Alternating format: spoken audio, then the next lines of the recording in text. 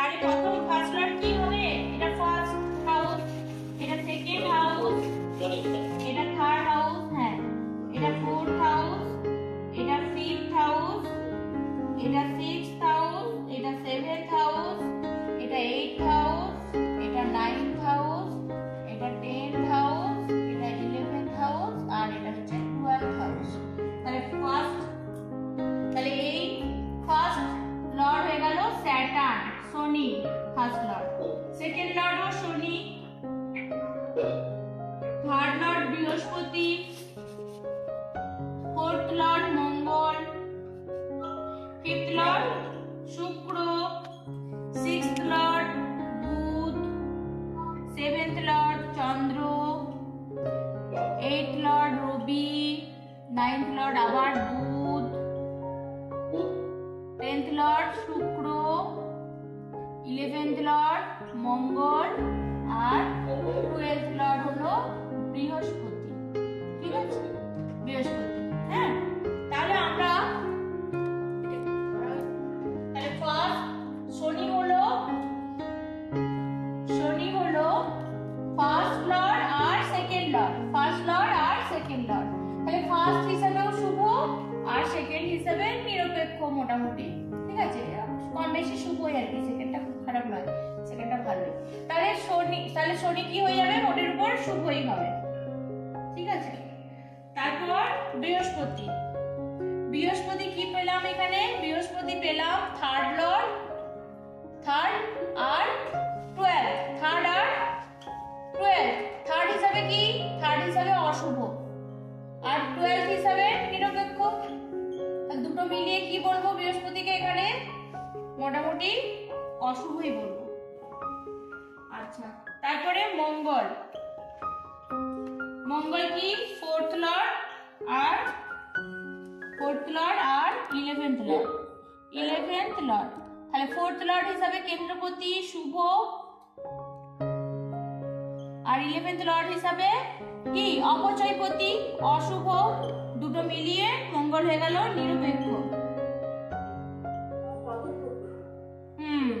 মঙ্গল এখানে বাধকপতিও, ঠিক, কারণ মকরটা আমাদের কি চর রাশির মধ্যে পড়ছে, বাধকপতিও। আচ্ছা, মঙ্গলের পর শুক্র কি? শুক্র এখানে পঞ্চমপতি, 5th লর্ড, আর একটা হয়ে গেল 10th লর্ড, 10। ঠিক আছে, তাহলে 5 আর 10, 5 হলো ত্রিকোণপতি, মানে খুবই শুভ, তাই তো, আর 10 হলো আমাদের কেন্দ্র, মানে এটাও শুভ। দুটো মিলিয়ে খুবই শুভ, রাজযোগ কারক, তাই তো, তার মানে রাজযোগ কারক মানে খুব শুভ, অতীব শুভ।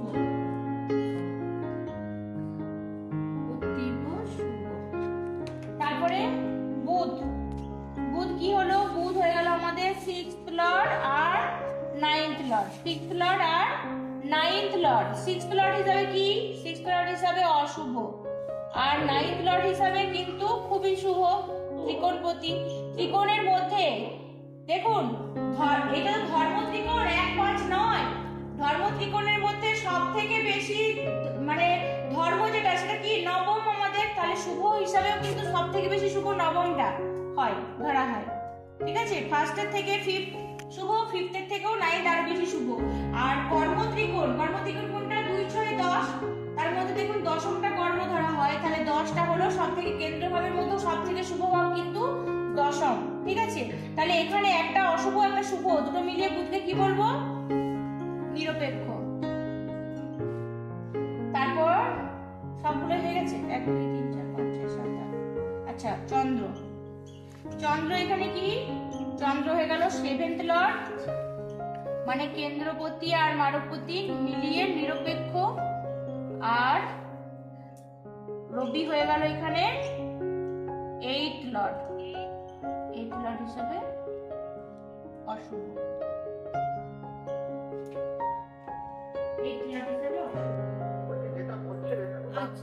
আচ্ছা, হ্যাঁ, আমি আরেকবার বলছি। আমি বলছি যে 1, 5, 9, 2, 6, 10, 3, 7, 11 আর 4, 8, 12 এগুলো হচ্ছে আমাদের ত্রিকোণ পেয়েছিলাম পুরুষার্থ।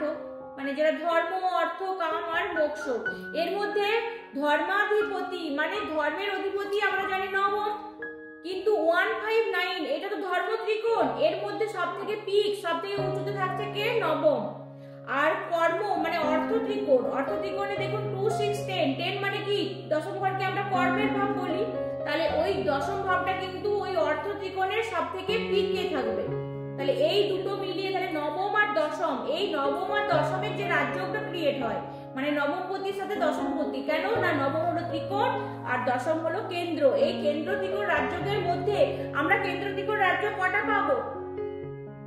কটা পাবো বলুন তো? কেন্দ্র ত্রিকোণ রাজ্য কেউ বলতে পারবেন? এগুলো পড়ানোই হয়নি, মানে আমি মুখে বলেছি।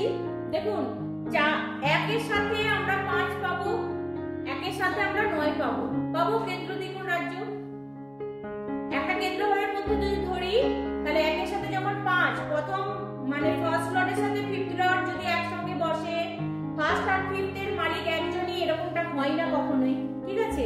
তাহলে ফার্স্ট লর্ডের সাথে ফিফথ লর্ড যদি একসাথে বসে আর ফার্স্ট লর্ডের সাথে ফিফথ লর্ডের যদি স্থান বিনিময় হয়, এই দুটো ক্ষেত্রেই ফার্স্ট আর ফিফথ এর মধ্যে রাজ্য ক্রিয়েট হতে পারে, তাই তো? তাহলে এটা একটা রাজ্য। তারপরে ফার্স্টের সাথে নাইনথ এর একই রকম ভাবে ফার্স্টের সাথে নাইনথ এর একটা রাজ্য হয়, তারপরে ফোর্থ এর সাথে ফিফথ এর একটা রাজ্য হয়, ফোর্থ এর সাথে নাইনথ এর একটা রাজ্য হয় একই রকম ভাবে, তারপর সেভেন্থ এর সাথে ফিফথ এর আর সেভেন্থ এর সাথে নাইনথ এর একটা রাজ্য হয়, আর দশমের সাথে পঞ্চমের আর দশমের সাথে নবমের একটা রাজ্য হয়। তার মধ্যে দশম আর নবমের যে রাজ্যটা ক্রিয়েট হয় সেই রাজ্যটাকে বলা হয় ধর্মাধিপতি কর্মাধিপতি রাজ্য। এই রাজ্যটাই হলো সবথেকে ভালো রাজ্য, ঠিক আছে?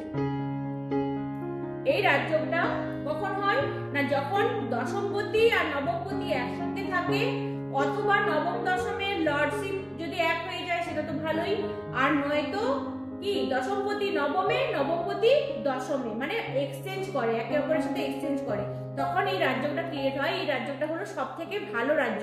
এই রাজ্যটা আমরা কোথায় পেয়েছি বলুন তো? কোন লগ্নের ক্ষেত্রে পেয়েছি? মানে একটা সিঙ্গেল প্ল্যানেট হিসাবে এই রাজ্যটা কখন পেয়েছি বলতে পারবেন? হ্যাঁ, বৃষ রাশিতে পেয়েছিলাম, তাই তো? কর্কট না, কর্কটে কি করে পাবে? কর্কটে তো 7 আর 8 হয়ে গেল শনি, কর্কটে তো পাওনি। বৃষতে পেয়েছিলে, বৃষতে পেয়েছিলে, বৃষতে পেয়েছিলে, হ্যাঁ বৃষ রাশিতে পেয়েছিলে নবম আর দশম, ঠিক আছে?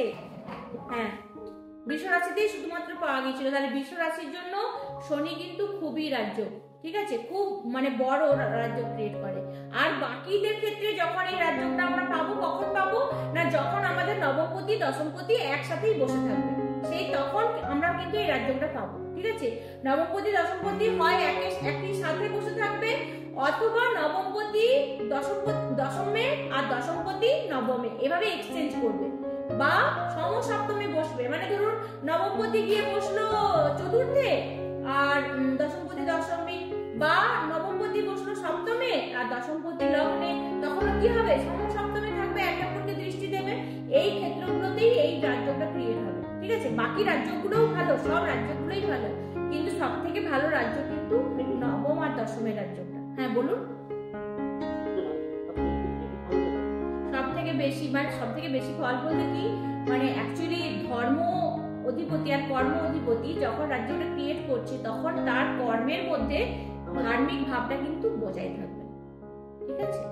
কর্মের মধ্যে ধার্মিক ভাবটা বজায় থাকবে, এবং সব থেকে বড় ব্যাপার কর্মের সাথে কি চলে এলো? ধর্ম চলে এলো, গুরু চলে এলো, আশীর্বাদ চলে এলো, ভাগ্য চলে এলো, তাই না? ভাগ্যপতি তো নবম আমাদের ভাগ্যপতি হতো, তাহলে কর্মের সাথে ভাগ্য জুড়ে গেল। তার মানে কি সে ভাগ্যের দ্বারা কর্ম সে পাবে, মানে কি তার কর্মটা কি হবে? মানে কর্মের সাথে ভাগ্য জড়িয়ে, মানে ভাগ্য উন্নতি, মানে কর্মের সাথে জড়িয়ে এবং কর্মের মধ্যে তার ভাগ্য চলে আসলো, মানে মানে সে ভালো একটা সৌভাগ্য পেয়ে গেল কর্মের জায়গাতে, ঠিক আছে? মানে কর্মের জায়গাটা তার অনেকটাই ভালো হয়ে যায়।